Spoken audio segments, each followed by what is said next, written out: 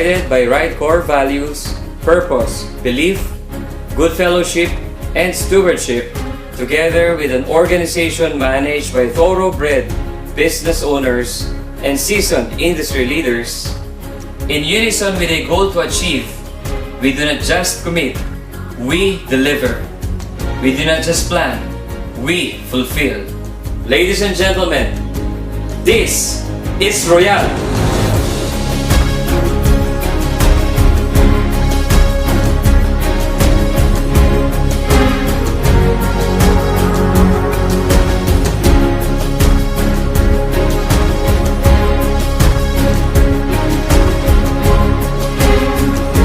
Malaki po na itulong ng pagbubukas dito ng Royalistas International General Trading. Dito po kasi napapatunayan natin na yung ating negosyo ay pang international na, hindi lang sa Pilipino, kundi sa lahat na po na ibang lahi.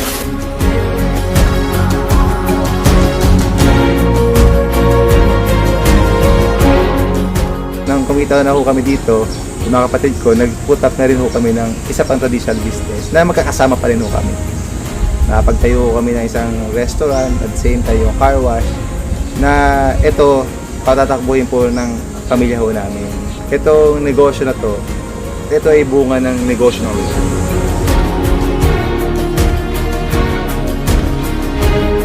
Yung mga kapatid ko na hindi talaga hilig sa negosyo, naturuan ko na rin magnegosyo, gumaganda-ganda na rin yung buhay. Parang naaambunan sila kung ano yung biyaya na nakuha ko sa Royal. Talagang napakasaya pala na ikaw yung nagiging instrumento na through Royal, natulungan mo yung ibang tao.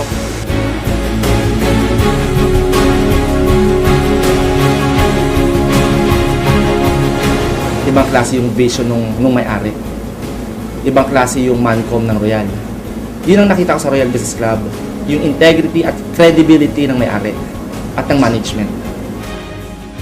Ibang klase yung determination ng presidente at chairman. So kung determinado yung may-ari, mas kumbaga mahahawak eh.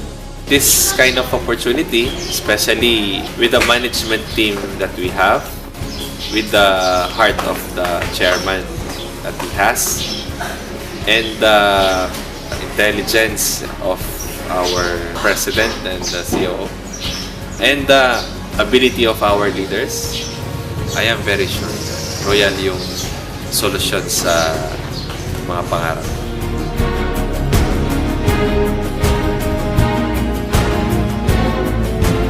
Pantay-pantay sa Royal na kahit high school graduate lang po ako, pwede kang maging top earner.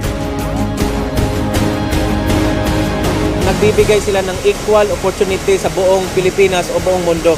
Kaya nararamdaman namin na kami pala binigyan din ng kahalagahan dito na kahit nasa Mindanao kami, talagang yung Royal, iniisip pa rin kami. Kaya nagpapasalamat talaga kami na nakita ng Royal yon.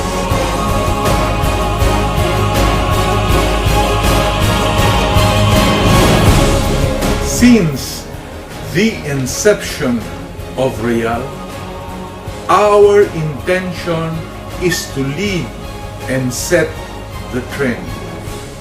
We do not just follow. Royal's integrity, honesty, and good values are seen in the things that we have accomplished. Still, our preparation and hard work will remain to be the company's primary asset. This is Royal.